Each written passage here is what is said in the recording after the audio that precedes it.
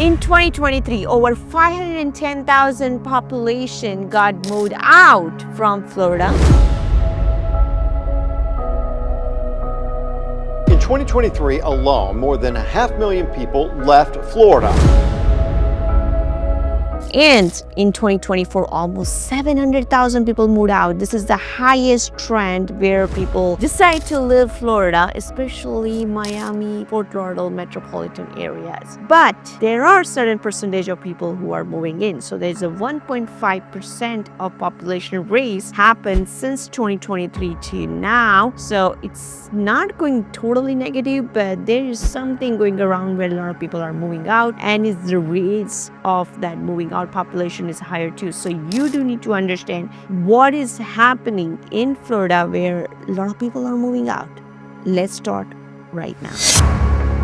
The population wave hitting Florida tonight, new numbers dropping today, and just how much the Sunshine State is expected to grow in the next few years. But for the first time in a decade, our net migration is taking a big dip. The market has not been able to keep up with the population growth. Every year, more than 330,000 people are moving to Florida, according to state economists.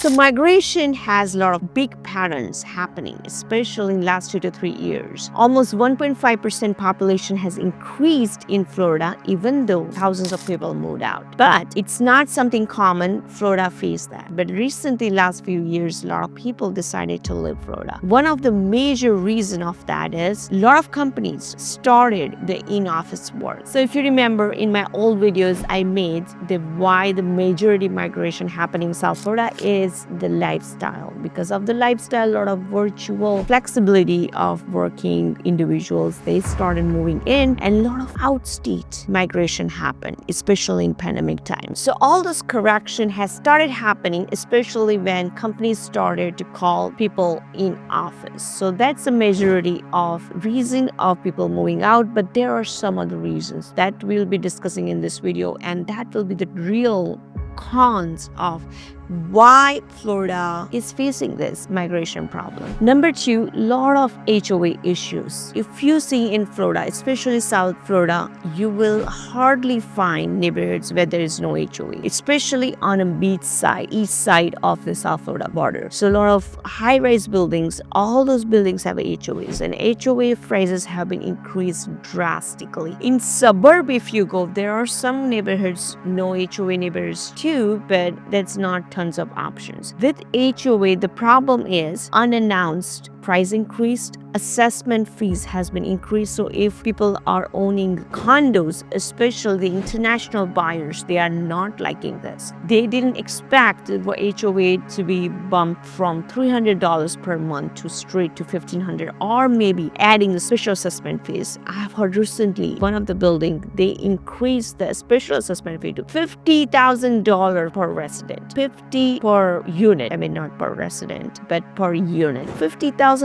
It's a huge amount somebody has to invest if they're owner of condo. So people are not loving it. That's something, the bad decision they feel, because HOA fees are not in control and it's not transparent. A lot of scams happening, especially in Miami area. And that is why Miami is getting empty. A lot of people are not liking. So either they are moving up north to Florida. So for example, Broward or Palm Beach County, or they are moving out, because who will pay that much amount of HOA and not towards the property? If you're paying towards a property or remodeling or increase the value, that makes sense. But why do we do HOA? So the HOA schemes are happening so heavily right now, and that has been paying us. Number three problem in Florida, especially South Florida, it's happening is insurance issues. Property insurance has been bumped up. Even the local who are owning the properties since many years, they are facing these issues too. If you are buying, then definitely you have to get adjusted with the insurances, but there are tricks to handle this. Every property will have a high insurance. There are a lot of benefits insurance offers if the property has a certain value. So for example, hurricane-proof windows and all A-rated. So we do the wind mitigation at 4-point inspection when we,